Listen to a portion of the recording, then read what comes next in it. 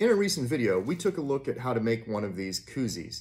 For freezer bag cooking in the backcountry, a koozie really helps keep your food warmer while it's rehydrating.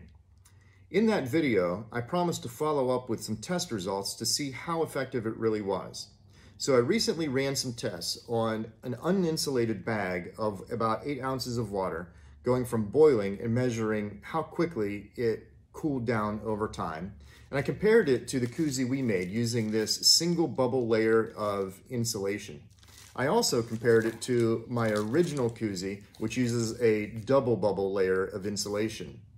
What I found was not unsurprising. Having a koozie makes a significant difference. How much of a difference does it really make though? After about 20 minutes, the uninsulated bag of water had dropped from that 212-degree boiling point down to about 172 degrees. Compare that to the single bubble layer insulated version of my koozie, and it had only dropped 180 degrees. So that's about an 8-degree difference.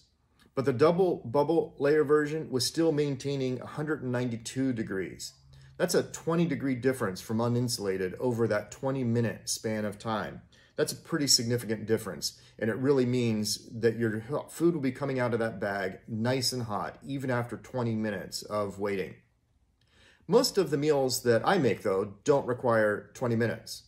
So if we take a look at the more typical rehydration time of maybe around 8 minutes, even there, you'll see at that 8-minute mark, the uninsulated water bag had reduced all the way down to 189 degrees, compared to the double bubble version, which had dropped only to 203 degrees. So I think having the koozie makes a lot of sense. It's well worth it in my opinion. The single bubble version weighs about 18 grams. The double bubble version is almost twice as heavy at about 34 grams.